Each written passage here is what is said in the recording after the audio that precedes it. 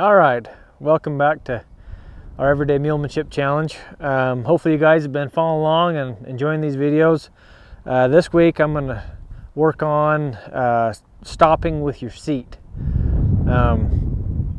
Just to kind of recap some of the things we have done, we're trying to get these mules to follow a feel. And you've watched previous videos, and hopefully you remember that, you know, whenever you have to firm up, it's not a passing grade, so you'd like not to have to firm up so much to get some of these things done, including the stop. So that means if I have to pull back on my reins to get a stop done, if I'm not asking for a soft feel, then that's not a passing grade. I want to be able to stop with my seat and have these mules follow me through that. So a couple other things. If you don't have your lateral work going really well, then don't try this just yet. Remember, if you go back to the lateral stop, I will do that hundreds and hundreds of times before I start stopping straight. We're going to start stopping with our seat, stopping straight right now. And so we don't, if we have any glitches in the lateral work, we don't want to work on this just yet. So don't be shy if you need to go back and get that lateral stuff a little bit better before you do this. But anyways, I'm going to get right into it. Go through your entire checklist up to this point. Remember, none of these things are standalone exercises.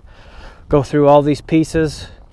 So I've already done this with Riata today. I've already went through the lateral work, moved the hinds, moved the front, worked on picking up a soft feel, all those little pieces leading up to this. They're all in order for a reason.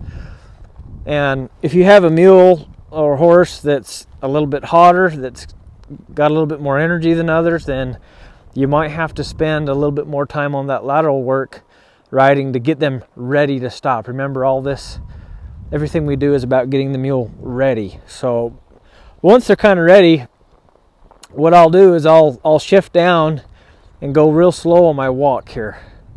I'll see how slow I can get this mule to go. And then I'm going to set up with my feet. I'm going to kind of sit down in my seat, put a little weight down to my stirrups, and that sets that mule up for a stop. I didn't have to touch my reins that time. She just found it. I'll go again. When I go to move, I'll kind of roll forward, ask her to go. And this is something you can just practice while you're out on your trail ride, while you're out in the pasture, in the arena, anywhere you're at. Just kind of work on stopping this way. Now, say you went to sit down to get this stop and your mule just kept on going. Well, then yes, you'd pick up on both your reins.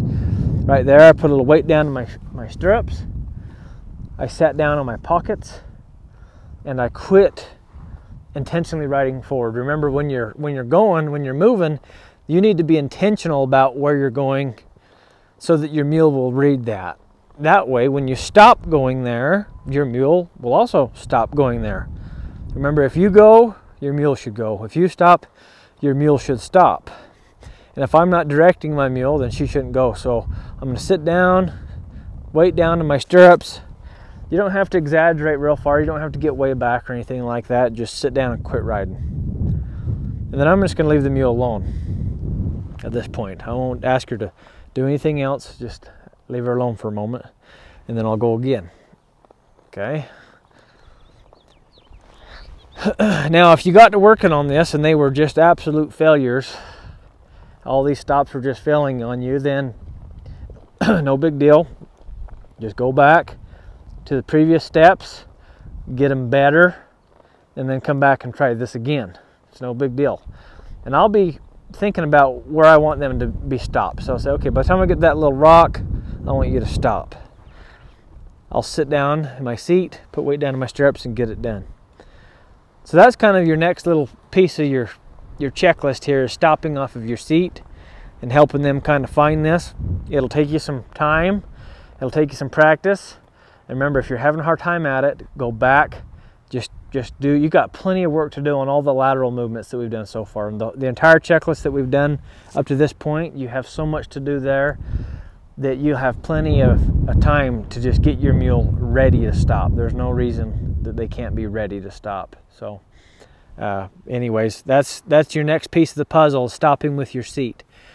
Be intentional about where you're going and where you're not going. Remember, the better your mule can move, the better they can stop. So anyways, hope you enjoy this week's challenge.